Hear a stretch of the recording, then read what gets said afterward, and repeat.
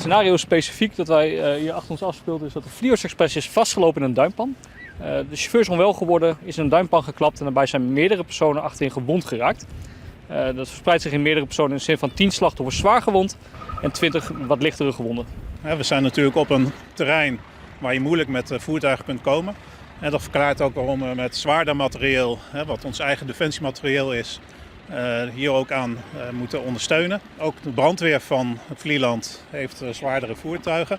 Maar dat alles tezamen betekent dat wij multidisciplinair elkaar moeten ondersteunen. En dus moeten mensen hier op het eiland zelf goed met elkaar samenwerken. Van KNRM tot brandweer en van ambulance tot een speciaal Sigma-team. Nou, het Sigma-team is een team van vrijwilligers die medische hulp kunnen verzorgen bij een grootschalige ramp. En daar hebben ze allerlei voorzieningen voor. Ze hebben een tent en ze hebben allerlei noodpakketten om mensen te kunnen verzorgen.